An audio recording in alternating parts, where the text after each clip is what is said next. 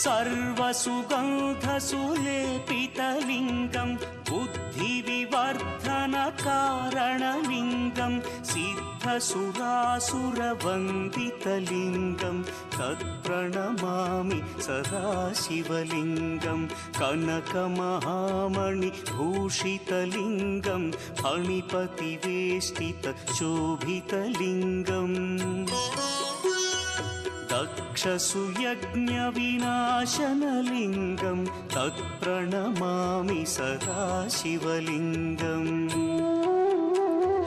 कुङ्कुमचन्दनलेपितलिङ्गं पङ्कजहार सुशोभितलिङ्गम्